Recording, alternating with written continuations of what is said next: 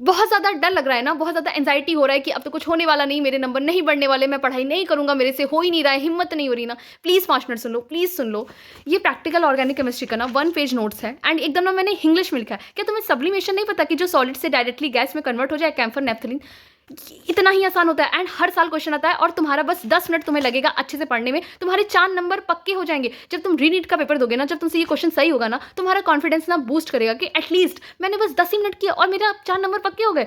मैं कह रही हूँ तुम्हें सब कुछ करने की जरूरत नहीं है, इतने कम टाइम में हम सब कुछ नहीं पढ़ सकते, बट जो ईजी चीजें हैं वो करके ईजी क्वेश्चन को हम टैकल तो कर सकते हैं ना। रीनीट का पेपर चाहे जितना डिफिकल्ट आ जाए, 40-50% तो ईजी ही आएगा ना, तो हम उस पर ध्यान देते हैं ना। देखो अभी तुम्हें लग रहा होगा मैं कुछ नहीं करने वाला, मैं तो जीरो पर हूँ। तुम जीरो पर नहीं हो, तुमने बायो में कुछ तो किया होगा, बट अगर तुम 2 दिन ये नहीं पढ़ोगे, जब तुम रीनीट का पेपर दोगे, बायोलॉजी का क्वेश्चन आएगा तो तुम ऑप्शन में कंफ्यूज होगे। क्यों कंफ्यूज होगे? क्योंकि तुमने 2 दिन लास्ट में अच्छे से नहीं पढ़ा।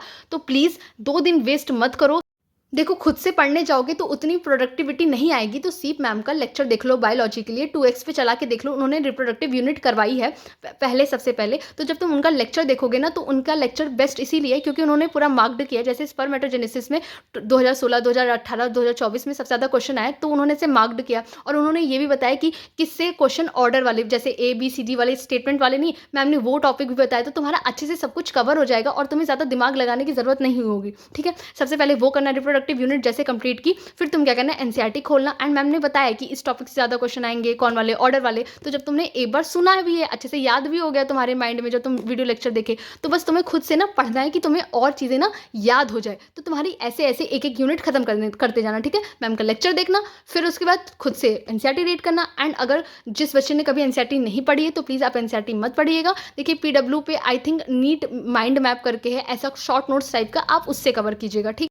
अब क्लास 11th वाली बायोलॉजी थोड़ा याद करने वाला ज़्यादा है, तो तुम क्या करना, जैसे मॉर्फोलॉजी हो गया, एनिमल किंगडम हो गया, प्लांट हार्मोन्स हो गया, फ्रॉग हो गया, कॉकरोच हो गया, तो तुम केवी एजुकेशन को फॉलो कर लेना। ठीक है, तुम्हें ट्रिक्स की हेल्प से हो जाएगा। अब तुम बोलोगे कि 2 दिन में कैसे पॉसिबल है? 2 दिन में हमें मूवीज़ तो हम 4-5 देख लेते हैं, तो हमें वो तो याद हो जाती है ना। तो वैसे ही केवी एजुकेशन ने बहुत ही ट्रिक की हेल्प से करवाया कि जैसे तुम्हें मूवी ही लगेगा कि हाँ याद हो जाएगी, चुटकुला टाइप लगेगा। तो जब ट्रिक को 4 बार रिवाइज करोगे ना, तो ऑटोमेटिक याद हो जाएगा, मत परेशान हो। अब केमिस्ट्री में मैंने पहले ही बताया था कि हमें इजी क्वेश्चन पे ज़्यादा ध्यान देना है। इलेक्ट्रोकेमिस्ट्री से बहुत ज़्यादा क्वेश्चन आते हैं, बट क्या तुमसे सॉल्व हो पाएंगे? क्योंकि तुमने नहीं किया है एंड उसको पकड़ होनी चाहिए बहुत अच्छी, क्योंकि इसमें ना कैलकुलेशन फंसा देगा, टाइम लगेगा।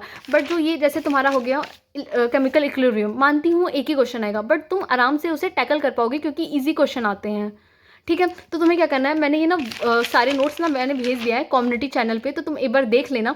और नीट PYQ का एक चैनल है मोशन करके, ठीक है, मोशन नीट PYQ डालोगे ना, तो तुम्हें फिजिकल केमिस्ट्री में सर ने करवाया है एंड आधे घंटे में ना उन्होंने करवा दिया PYQ। तो तुमसे आराम से एक क्वेश्चन, तुम्हारा 4 नंबर यहाँ फिक्स होता है। केमिकल काइनेटिक्स में क्या करना कि जितने भी ग्राफ है उसको अच्छे से करके जाना, क्योंकि देखो अगर तुम ग्राफ रट के जाओगे तो वहाँ आसान होगा टिक करने में, क्योंकि अगर सॉल्व करने जाओगे तो टाइम लगेगा और पता नहीं ग्राफ तुम्हें फिजिक्स अच्छे से आएगी तभी तुमसे ग्राफ भी अगेन हो पाएगा। तो हमें थोड़ा ना इजी पे ज़्यादा ध्यान देना है।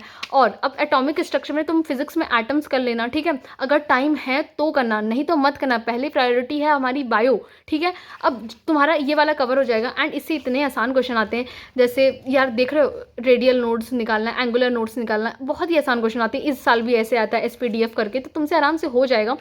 और केमिस्ट्री में अगर बहुत ज़्यादा टाइम है तब इनऑर्गेनिक कर लेना सागर बालूनी सर से। ठीक है, उसमें भी कुछ चैप्टर्स, ज़्यादा चैप्टर्स मत करना, पीरियोडिक टेबल कर लेना। और कोऑर्डिनेशन कंपाउंड काफ़ी ज़्यादा बड़ा है तो वो शायद तुमसे ना हो पाए, तो तुम डी ब्लॉक कर लेना। और डी ब्लॉक में ना इलेक्ट्रॉनिक कॉन्फ़िगरेशन देख लेना, सबसे ज़्यादा उसी से, जैसे स्पिन वाला आता है ना, मैग्नेटिक मोमेंट निकालना, ये सब तो तुमसे आराम से हो जाएगा।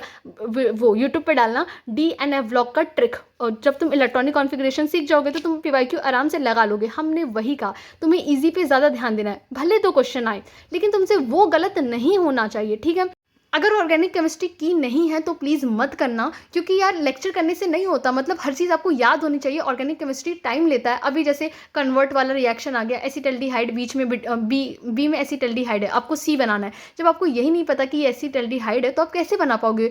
तो इसीलिए कह रही हूँ ऑर्गेनिक अगर नहीं हो रखी है तो मत करना, लास्ट टाइम में वो उतना फेवर में नहीं जाएगा। बायोमोलिक्यूल्स कर लेना, मानती हूँ 1-2 क्वेश्चन आएगा बट तुम कर लोगे ये। और अमीन्स, ये सब ना सब को रिलेटेड होते हैं। जब आपको हाइड्रोकार्बन कार्बन नहीं आएगा तो आप ये सब नहीं कर पाओगे, क्योंकि यार कैसे समझाऊँ, ठीक है।